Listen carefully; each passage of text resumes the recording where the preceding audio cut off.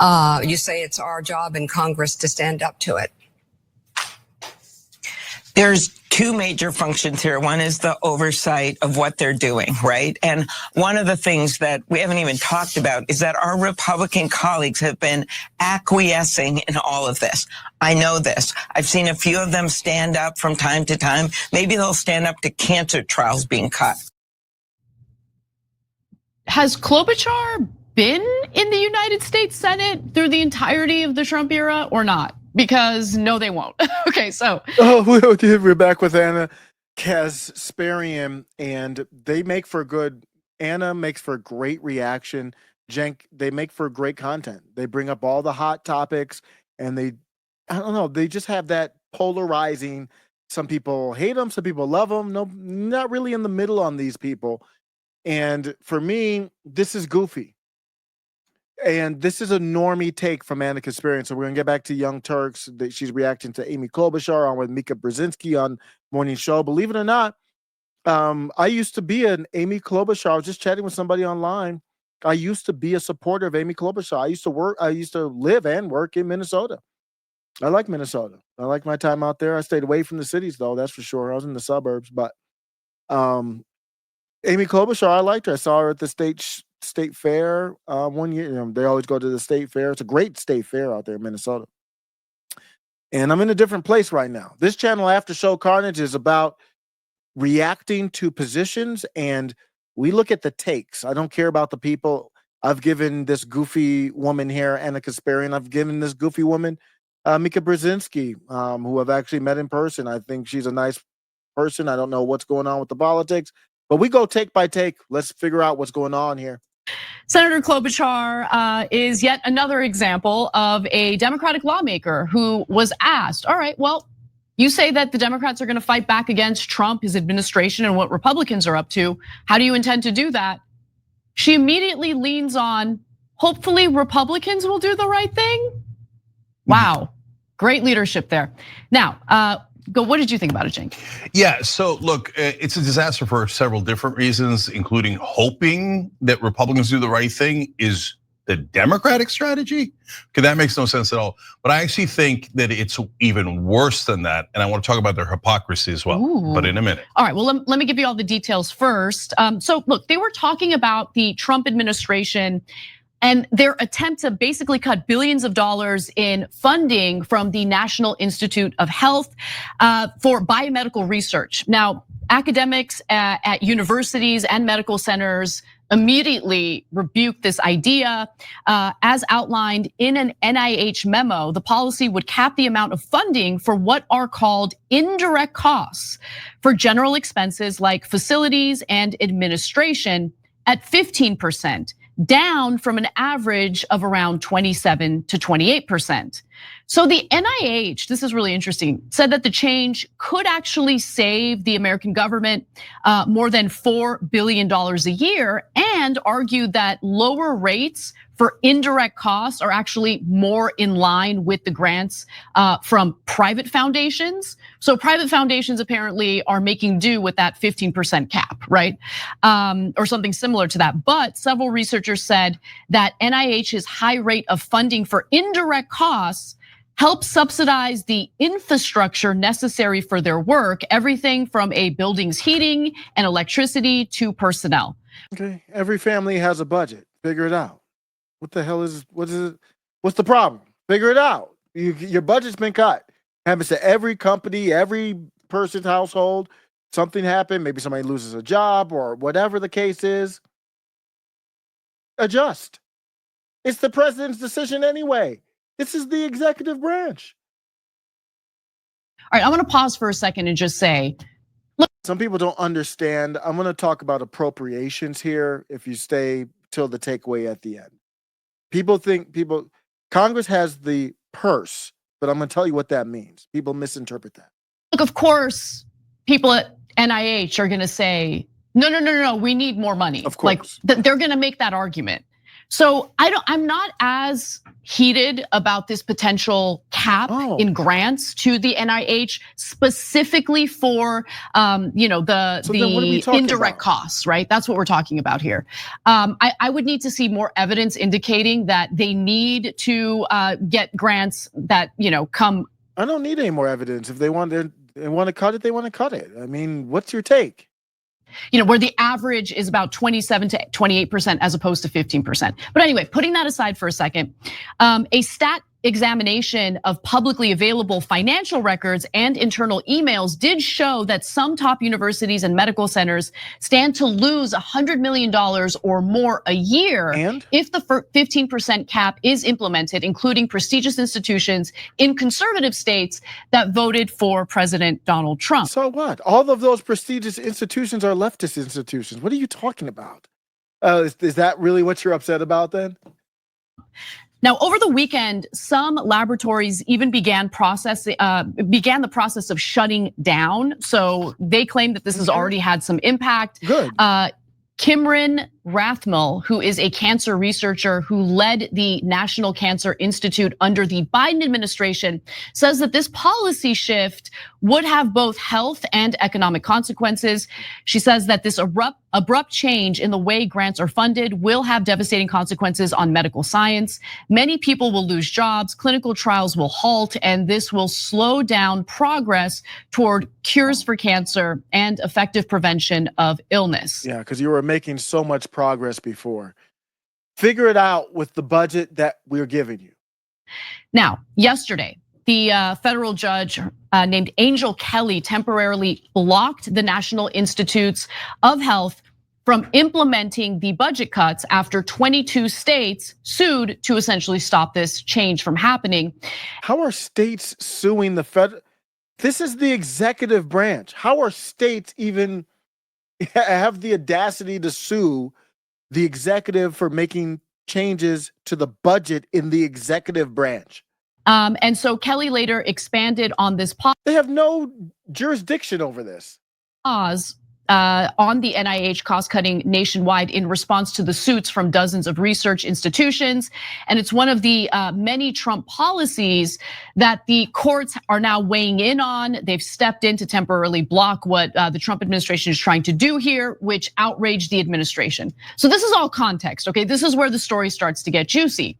As we shared with you yesterday, Vice President JD Vance took to X to essentially indicate or hint at the notion that the Trump administration might not follow through on orders coming from federal judges. He wrote, if a judge tried to tell a general how to conduct a military operation, that would be illegal. If a judge tried to command the attorney general in how to use her discretion as a prosecutor, that's also illegal. Yep. Judges aren't allowed to control the executive's legitimate power.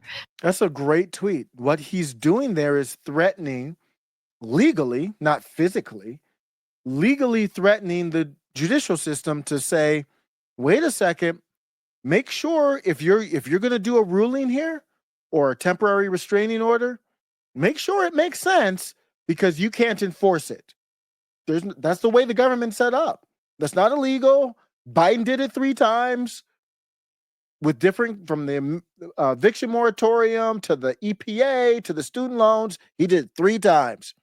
And when he did it, I said, I didn't like that he did it because I didn't agree with the policies, but I said there is no enforcement for the Supreme Court or any of the judicial systems at that level, so he can do it. The recourse is impeachment. The recourse is 25th Amendment. The recourse is you lose your second term. So there are checks and balances. You just can't stop them. So there were falsehoods in there that we addressed yesterday. No, that's not true. That's a lie. There's no falsehoods in there. Let's go back to that tweet. There's no falsehoods at all in this tweet. A judge tried to tell a general how to, he's saying if a judge tried to tell a general how to conduct a military operation, that would be illegal. Well, is that, I guess I will disagree with it a little bit. I don't know is it illegal? The judge can tell, no, I don't think that's illegal, but it's something to ignore. I mean, the judge can rule however they want to rule. There's nothing to say that that's illegal. But I will say, I mean, the general sentiment of the tweet and I would have to look that up. Why JD Vance is much smarter than me. So if he used the word illegal, there's a reason for it. But let me play this and try to come back to that. I am curious about this word illegal here. I'm going to look up and screenshot this. I'll be right back. In how to use her discretion as a prosecutor, that's also illegal. Judges aren't allowed to control the executive's legitimate power. So there were falsehoods in there that we addressed yesterday, but the whole point is maybe we don't listen to what the federal judges order us to do. And other Republicans also fell in line with this idea, including Senator Mike Lee, who accused the judiciary of trying to stage a coup. Okay, now in response, Amy Klobuchar, senator, says that Congress, courts, and the constituents need to fight back against attempts to undermine the judiciary branch. But she also hopes that some of these Republicans in Congress are good guys and they'll step in and fight the Trump administration if they do in fact try to ignore what the courts are ordering. So let's take a look. I've seen a few of them stand up from time to time. Maybe they'll stand up to cancer trials being cut. Watch for it. Maybe they'll stand up to Kash Patel, which they sure better do, as this man who has shown no regard for the truth is about to become head of the FBI unless they stand up for it. But they have to stand up to make this really work. Then you have oversight, and you can also pass legislation to make very clear what the limits are on this power.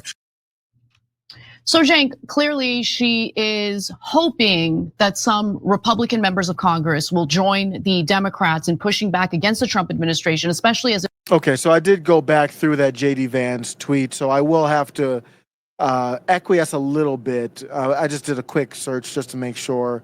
The word illegal is wrong. It's not illegal. I understand why, and we could just end it there and I'll go to my appropriations take. I understand why JD Vance used the word illegal. I think he used the word illegal in the tweet because it's a violation of the separation of powers. But the thing is, the judicial system is a unique. The separation the separation of powers in the federal government. Judicial, Supreme Court is the highest. Executive, that's one person. The executive branch is one person. That's the president. Everything else is fluff. And the legislative branch. And what JD Vance is saying is, if a judge tried to tell a general how to conduct a military operation, that would be illegal. No, it wouldn't be illegal. You wouldn't arrest a judge for that. You can impeach him for it. It would be, you could say impeachable. You could say it's a violation of the Constitution. But the judicial branch is in a special spot where you could arrest a judge for that, but that would be a problematic situation, I think.